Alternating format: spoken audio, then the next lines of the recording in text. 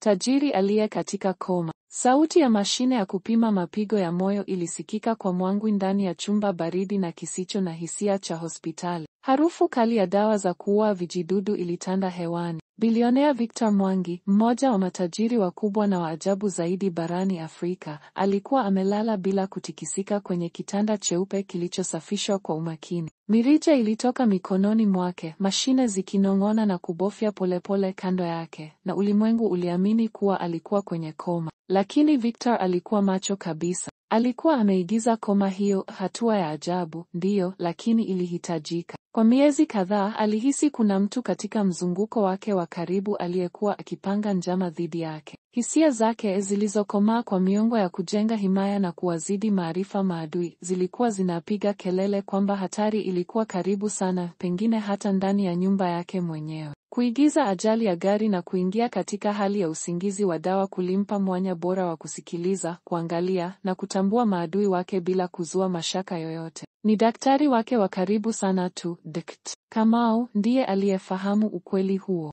Siku zilivyosonga, Victor alisikia kila kitu. Minong'ono kutoka kwa wajumbe wenye tamaa wa bodi ya kampuni, wapenzi wake wakibishana kuhusu urithi, wanafamilia wakipanga jinsi ya kugawana mali zake kabla hata hajafariki rasmi. Alikasirika lakini hakushangaa. Kisha alikuja yeye. Nesi Angela aliyepangiwa zamu ya usiku, aliingia chumbani mwake kila jioni saa 2 kamili. Alikuwa mpole, alizungumza kwa sauti ya upole na alimhudumia kwa upendo ulioonekana wa kweli. Lakini Victor alijua vyema kwamba si kila kilichoonekana cha kupendeza kilikuwa salama. Alilalia kimya, macho yakiwa hayatikisiki, pumzi yake ikiwa imedhibitiwa kwa uangalifu mkubwa. Usiku huo, mvua kubwa ilinyesha nje. Ngurumo zilivuma kama ngoma za vita na radi zikamulika chumba cha hospitali, zikibadilisha vivuli vya ukuta kuwa vya kutisha. Angela aliingia kwa utulivu wake wa kawaida akisukuma dawa zake. Alifunga mlango kwa upole nyuma yake, akatazama kote chumbani, kisha akaketi kando yake. Victor karibu akakosa kuona mikono yake ilivyotikisa kidogo, namna alivyositisha kwa sekunde moja kabla ya kumpatia sindano ya dawa. Halafu akazungumza.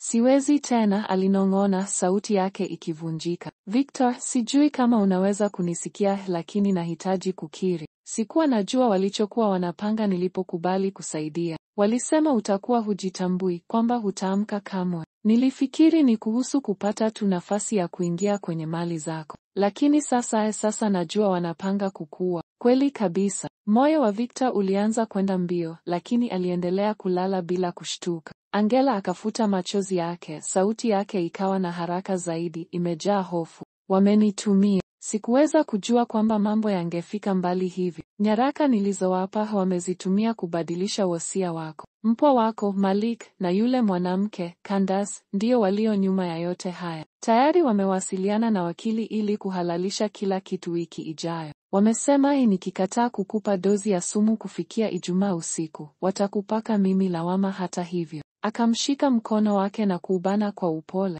Samahani, sikukusudia haya yote. Nitatafuta njia ya kusahihisha hili hapa. Akasimama ghafla. Sauti yake ikabadilika, ikawa baridi, kali. Basi, aling'una, maungamo yamekwisha. Kama unaweza kunisikia, usingizi mwema, Bwana Mwangi. Akatoka chumbani. Victor akabaki pale, moyo wake ukipiga kwa kasi ndani ya kifua chake, akijifanya bado yuko kwenye usingizi wa kina. Kwa mara ya kwanza tangu aanzishe mpango wake wa siri, alitambua kina cha usaliti uliomzunguka. Mlango ulifunga kwa click nyuma ya Angela, na chumba kikarudi kuwa kimya, isipokuwa sauti ya mashine ya kupima mapigo ya moyo iliyopiga kwa mwendo wa taratibu. Akili ya Victor ilikuwa kama dhoruba iliyochanganyikiwa. Alikuwa akimtuhumu Malik kwa muda mrefu, mpwa wake, mtoto wa dada yake, kijana mwenye tamaa na msukumo wa hatari. Lakini Candace, mwanamke aliyekuwa upande wake katika kila hafla ya hisani, aliyewavutia mabalozi na wawekezaji kwa urahisi, aliyedai kumpenda.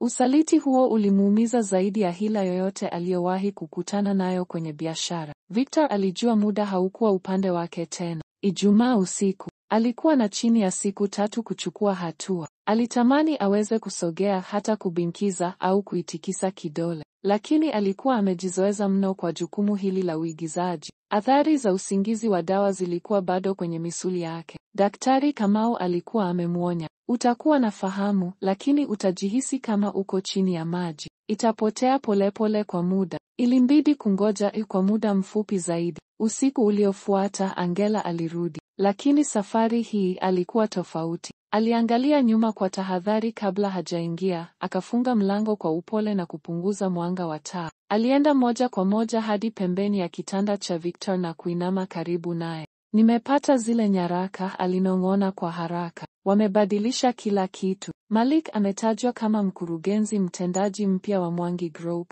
na Candace amerithi mali zako binafsi. Wosia una tarehe ya wiki 2 zilizopita, umegushiwa, lakini unaonekana halali. Wakili wako, Bwana Otieno, amehongwa au ametishwa? Sijajua bado. Victor alitaka kupiga kelele. Angela alipiga magoti kando ya kitanda, akatoa sindano ndogo kutoka mfukoni mwake, kisha akaingiza kwa upole ndani ya bomba la sindano la mshipani. Hii si dawa waliokupa, ni kichocheo, dozi ndogo. Utaanza kurudiwa na uwezo wa kusogeza viungo ndani ya saa 24, labda mapema zaidi, lakini lazima uchukue hatua haraka. Wakijua unaamka. Akasimama ghafla. Sauti zilianza kusikika nje ya mlango. Kuna mtu anakuja, akahisi kwa wasiwasi. Nitarudi kesho usiku, naahidi. Akatoweka haraka muda mfupi kabla ya mlango kufunguliwa na Candace akaingia. Victor alizuia pumzi yake, si kwa hofu bali kwa hasira kali. Candace alikuwa bado mrembo kama kawaida, amevaa blaza nyekundu iliyoshonwa vizuri, mkufu wa dhahabu uking'aa chini ya mwanga wa taa, visigino vyake vikigonga sakafu kwa mpigo laini. Alitabasamu alivyokaribia kitanda, lakini hakuwa na joto lolote ndani ya tabasamu hilo. Bado umelala mpenzi? Alipuliza, akimpapasa paji la uso kwa upole. Umeyafanya haya yote kuwa rahisi mno. Alicheka kidogo kwa sauti ya chini. Laiti ungalijua ni kiasi gani cha himaya yako kiko mikononi mwetu tayari. Lakini hutaweza kujua, sivyo? Victor alielekeza nguvu zake zote kwenye kidole chake cha mkono wa kulia. Hakikutikisika. Candace akainama zaidi. Ulinambia mara kwa mara kuwa mimi ni mwanamke wa kujikimu, Victor. Lakini hukugundua nilikuwa najikimu kutoka kwako. Ulitaka kunimiliki. Ulikuwa mwenye kujua kila kitu, mwenye amri. Uliniona kama mali yako. Akasogea karibu hadi midomo yake karibu yaguse sikio lake. Lakini muda si mrefu, utakuwa tu kichwa cha habari cha magazeti, bilionea afariki kwa amani akiwa usingizini. Kisha akambusu kwenye shavu, akageuka na kutoka, harufu ya manukato yake ikibaki hewani kama sumu ya taratibu. Kidole cha Victor kikatikisika. Kidogo sana, lakini kilitikisika. Mtikisiko ule wa kidole haukuwa wazi sana, kama mvumo mdogo wa upepo, kama tetemeko la mbali kwenye kidole cha Victor. Lakini kwake lilihisi kama tukio kubwa mno, kama mtu aliyefunikwa na barafu anayeanza kuhisi ufa wa kwanza chini yake. Aliweza kusogeza, sio sana bado, lakini ulikuwa mwanzo. Victor alijua asingeweza kupoteza hata sekunde moja. Alikusanya nguvu zote kwenye kidole kile, akikitaka kitikisike tena. Safari hii kilijibu haraka mtikisiko mdogo, kisha kikajikunja kidogo. Akiwa na moyo zaidi, alijaribu kidole kingine, kisha mkono mzima. Maumivu madogo yakapanda hadi begani mwake, lakini aliyakaribisha. Maumivu yalimaanisha uhai, udhibiti, nguvu. Kichocheo alichopewa na Angela kilikuwa kikifanya kazi. Siku iliyofuata, Alhamisi, Angela alirudi jioni hiyo, uso wake ukiwa mweupe na wenye hofu. Safari hii hakufunga mlango, hakuwa na muda. Victor alinong'ona kwa haraka, akimkimbilia. Wamebadili ratiba. Wakili anakuja kesho asubuhi. Wanataka kusaini kila kitu kabla ya kikao cha bodi saa 6 mchana. Na Candace ameleta daktari binafsi hapa hospitalini. Nilisikia wakisema anakuja kuthibitisha kama shughuli zako za ubongo ni dhaifu vya kutosha kuruhusu kuzima mashine. Victor alikaza vidole vyake. Angela akashangaa, macho yake yakipanuka kwa mshtuko. Unaamka, alisema kwa sauti ya mshangao. Asante Mungu, lakini lazima uendelee kuwa kimya. Usimwambie mtu yeyote mpaka tutakapokuondoa hapa salama. Victor alipumua kwa shida, sauti ikitoka kwa shida kupitia midomo mikavu kama jangwa. Nisaidie kukaa juu. Angela alifuta machozi kwa haraka. Wewe ni wa ajabu kweli, Victor Mwangi. Kwa msaada wake, Victor aliweza kujiegemeza kwenye mito. Misuli yake ilitetemeka, lakini sasa alikuwa amekaa. Hisia ya mvuto wa dunia ikimvuta chini, mabadiliko ya mtazamo vilikuwa vya nguvu kweli. Angela akampatia maji kwa kutumia mrija wa kunywa, kisha akaanza kusema kwa haraka. Nimepanga njia. Kuna mlango wa nyuma gorofani hapa ambao hawauangalii usiku. Naweza kukuondoa kwa kutumia kiti cha magurudumu. Nina rafiki mwanahabari mstaafu yuko tayari kusaidia kufichua kile Malik na Candace wanapanga. Lakini tunahitaji kuharakisha.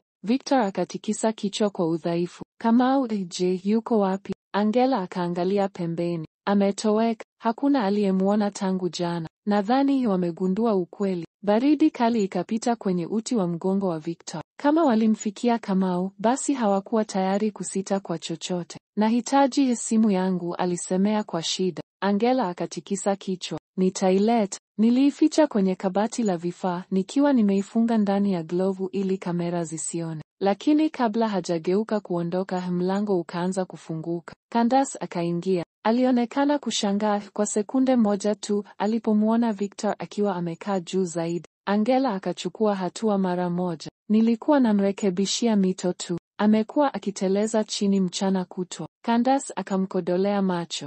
Anaonekana ameimarika. Akasogea mbele polepole. Angela akabaki kando ya kitanda akizuia Candace kuona mikono ya Victor. Victor kwa juhudi kubwa alielekeza kichwa chake kushuka taratibu na macho yake kuyafumba nusu. Kuweka sura ya usingizi sasa ilikuwa ujuzi wake rasmi. Candace akatabasamu tena, ile tabasamu yake yenye sumu. Vizuri, aonekane mtulivu. Kesho haya yote yataisha. Akamgeukia Angela. Uwepo hapa mapema kesho. Nataka kila kitu kiwe tayari kabla wakili hajafika. Na sitaki makosa. Angela akatikisa kichwa. Ndiyo kabisa. Candace akatoka, visigino vyake vikigonga sakafu kama saa ya mwisho ya maisha. Angela alihesabu hadi 3, kisha akamgeukia Victor. Kesho anakupanga kukuua, alisema kwa sauti ya chini. Victor akamkodolea macho moja kwa moja. Basi leo usiku tunazika mipango yake. Victor sasa alikuwa ameketi kwa ujasiri zaidi, kila pumzi ikiwa ndefu kuliko ile ya awali. Ukungu uliokuwa ukifunika akili yake ulikuwa ukitoweka. Mwili wake bado ulihisi maumivu, lakini mawazo yake yalikuwa makali kama wembe. Mwindaji ndani yake, yule aliyekuwa ameunda himaya, kuvunja maadui na kushinda kila kikwazo, alikuwa ameamka. Dakika chache baadaye, Angela alirudi na kumweka simu yake ya mkononi kwenye kiganja chake. Vidole vya Victor vilitetemeka alipokuwa akiifungua. Akaandika ujumbe mfupi uliofichwa kwa usimbaji fiche na kuutuma kwa watu 3.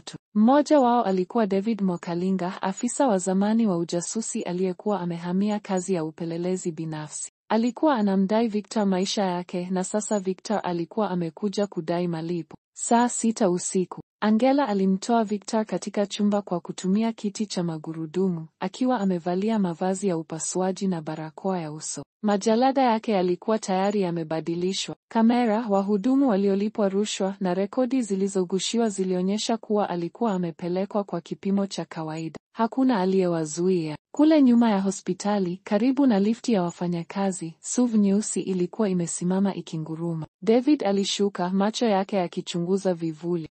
Aling'aka alipomwona Victor. Umefanya kweli. Victor akatabasamu kwa uchungu, akasema kwa sauti kavu, hujui tu nusu ya kilichotokea. Waliondoka kwa kimya hadi kwenye nyumba salama iliyofichwa nje ya jiji la Nairobi. Ilikuwa mojawapo ya mali za zamani za Victor, haikuandikishwa kokote, isiyoweza kufuatiliwa. Huko, mwili wa Victor ulipoanza kurejea katika hali ya kawaida na nguvu zikimrudia, aliweka mpango wa kulipiza kisasi. Mpango. Angela alikuwa amekabidhi wosia wa kugushiwa. Victor aliukusudia kuutumia kama silaha. Akaanza kurekodi ujumbe wa sauti na video, akiwa kwenye nyumba salama, akieleza kwa undani kila hatua ya njama iliyopangwa dhidi yake. Nyaraka, vitisho, jaribio la kumuua. Aliwataja wote: Malik, Candace, na hata wakili aliyekuwa amenunuliwa. Timu ya David ilisambaza ujumbe huo kama moto porini, barua pepe zilizopangwa kutumwa kwa wawekezaji, vyombo vya sheria, vyombo vya habari na wajumbe wa bodi ya Mwangi Group. Zote zilisubiri ishara moja kutoka kwa Victor. Lakini Victor hakutaka haki tu, alitaka fedheha ya waziwazi. Ijumaa saa 5:57 asubuhi. Kule hospitalini, Candace alikuwa amesimama kando ya Malik, akiwa amevalia suti nyeusi iliyopigwa pasi isivyokuwa kawaida. Wakili alikuwa tayari. Bodi ilikuwa ikiangalia kwa njia ya mkutano wa video. Hewa ilikuwa imejaa wasiwasi na tamaa.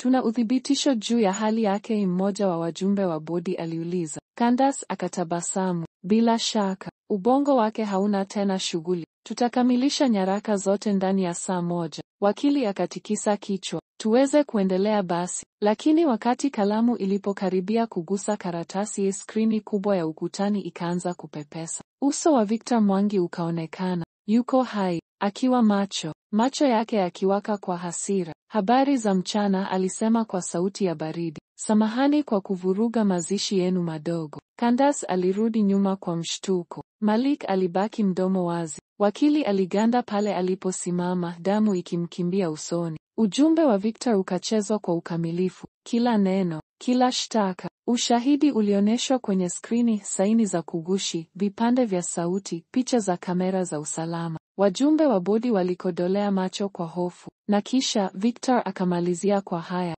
Nilikuamini, Candace. Nilikuinua, nikakufanya uwe tajiri, nikakupa nguvu. Na wewe, ukajaribu kunizika. Akasogea karibu zaidi na kamera. Sasa ni mimi nilianza kuchimba kaburi. Chumba cha mikutano cha hospitali kililipuka kwa machafuko. Uso wa Candace ulibadilika rangi, akawa mweupe, kisha mwekundu, halafu mweupe tena. Aliruka kuelekea kwenye runinga kana kwamba angeweza kuizuia kwa mikono, lakini ilikuwa tayari imechelewa. Kila mjumbe wa bodi alikuwa tayari amepokea video hiyo kwenye barua pepe yake binafsi, pamoja na timu ya wanasheria wa Victor. Kila uongo, kila usaliti, kila nyaraka ya kugushi ilikuwa imeanikwa wazi. Malik alitukana kwa sauti ya juu na kutoka kwa hasira, simu sikioni, akipiga kelele, akitoa amri. Lakini hakukuwa na yeyote aliyebaki kuficha nyayo zao. Victor tayari alikuwa amewang'oa kabisa. Dakika 30 baadaye, nyumba salama. David aliingia ndani akiwa na simu mkononi, tabasamu likimchora usoni. Wamekwisha, alisema. Candace alijaribu kuondoka hospitalini. Hakufika hata kwenye gari lake, polisi walimkamata kwenye maegesho. Malik kajificha kwenye penthouse ya kampuni, lakini akaunti zake zote zimefungwa na timu yako ya sheria imeshafungua mashtaka. Dada yako amejulishwa. Hajashtuka hata kidogo. Victor, ambaye sasa alikuwa amesimama kwa msaada wa mkongojo, alitikisa kichwa taratibu. Moto machoni mwake haukuwa umepungua hata chembe. Vizuri, alisema. Hakikisha vyombo vya habari vinapata ile video. Ipeperushwe kwa taifa zima. Nataka kila mtu aone jinsi Simba alivyonusurika kuuawa usingizini.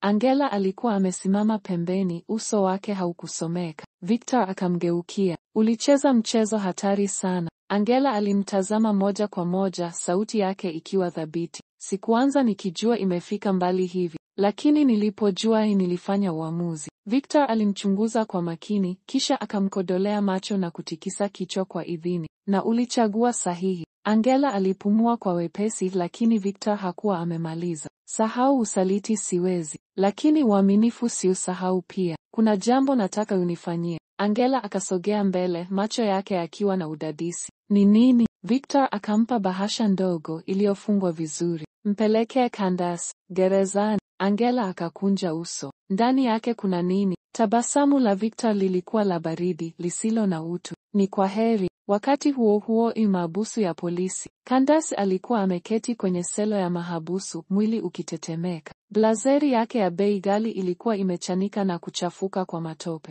Wakili wake alikataa hata kumtazama usoni. Walinzi walimpita bila huruma. Kisha Angela akaingia. Bila kusema neno, akaslide bahasha kupitia kwenye nafasi ya chuma. Candace aliichukua kwa mikono inayotetemeka. Akaipasua haraka. Ndani yake kulikuwa na picha moja tu, iliyopigwa katika chumba cha Victor akiwa hospitalini. Macho yake yalikuwa yamefunguka. Alikuwa akitazama moja kwa moja kwenye kamera, kwa mtazamo wa baridi na wa hesabu. Nyuma ya picha, kwa mwandiko wa Victor uliokuwa nadhifu na mkali, iliandikwa, ulinijaribu kunizika, lakini ulimsahau anayemiliki jembe. Candace aliachia picha hiyo ikianguka. Kwa mara ya kwanza maishani mwake alihisi hofu ya kweli. Siku 3 baadaye, jumba la Mwangi, Nairobi. Mvua ilinyesha kwa utulivu juu ya bustani za jumba hilo. Victor alisimama mbele ya chumba cha siri kilichokuwa chini ya ardhi, akikitazama kama vile kilimkosea heshima. Kufuli lilikuwa na herufi za baba yake marehemu D, na halikuwa limeguswa kwa zaidi ya miaka 20.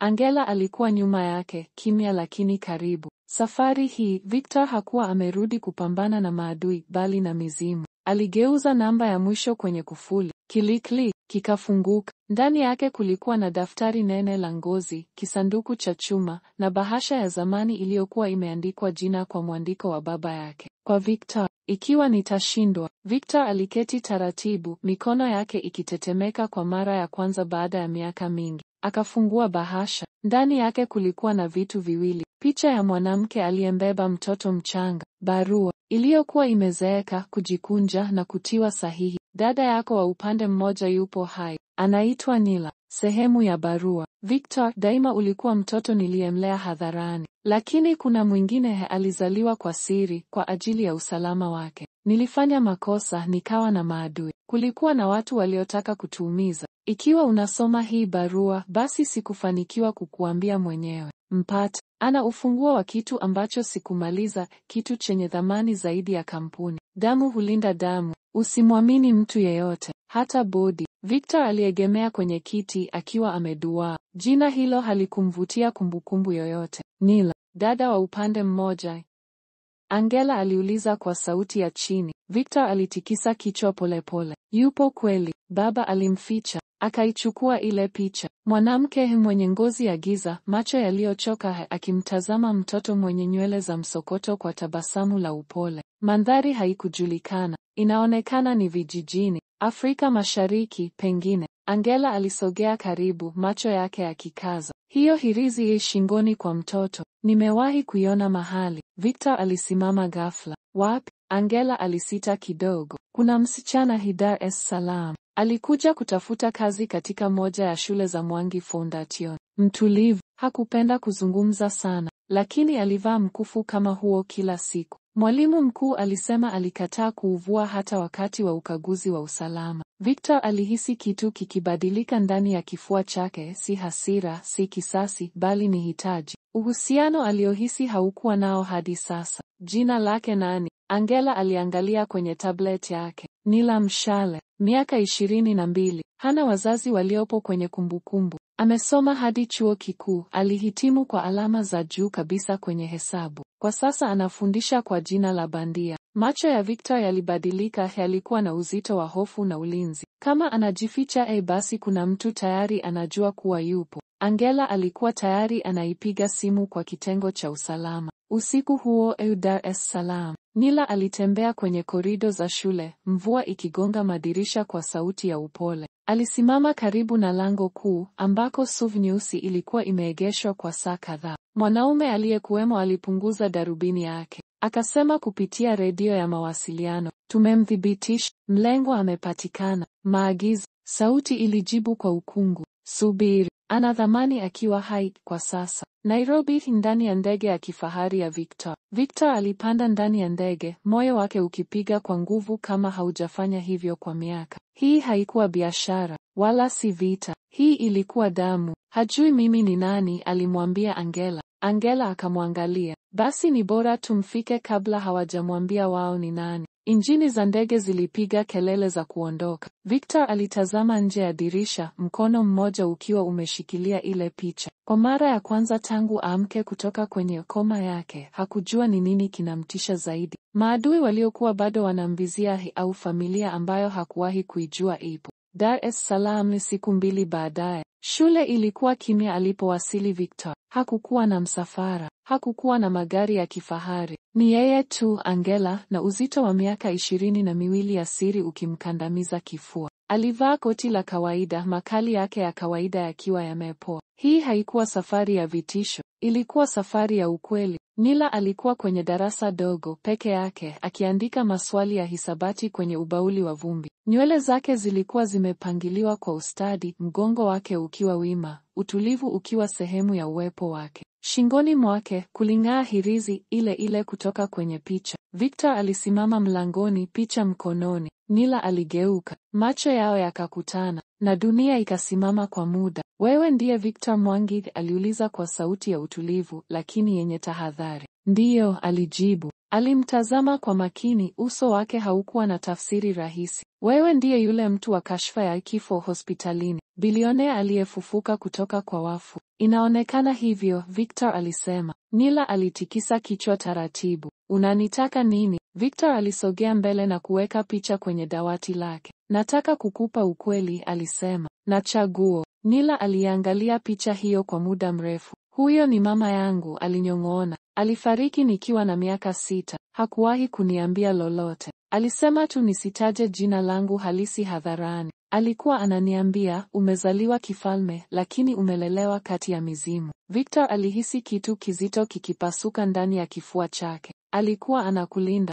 Nila alimwangalia tena, safari hii kwa upole na udadisi. Wewe ni kaka yangu. Victor alitikisa kichwa. Nusu kaka, lakini ndiyo. Nila alikaa kimya kwa muda mrefu, kisha akauliza, kwa nini sasa? Victor alitazama pembeni, kisha akamgeukia tena. Kwa sababu kuna vita inakuja. Vita ya polepole ya kimya, na hukupaswa kuwa sehemu yake. Lakini tayari wanajua kuhusu wewe. Wale waliotaka kuniua wanakuangalia. Macho ya Nila yakabadilika, yakawa meusi kwa hofu na hasira iliyodhibitiwa. Sikuomba haya yote, alisema. Najua, Victor akajibu. Wala mimi. Usiku huo kwenye kituo cha siri nje ya jiji, Nila alikaa karibu na dirisha akitazama nyota, hirizi bado ikiwa mkononi mwake. Victor alikaribia kwa upole. Naacha kampuni, alisema. Nila akageuka kumtazama kwa mshangao. Nini? Maisha yangu yote nimejenga kuta, falme na maadui. Lakini si urithi. Baba alijaribu kukulinda. Pengine aliona kitu ndani yako ambacho sisi wengine hatukukiona. Akamkabidhi binda nyembamba. Hiki ni kila kitu.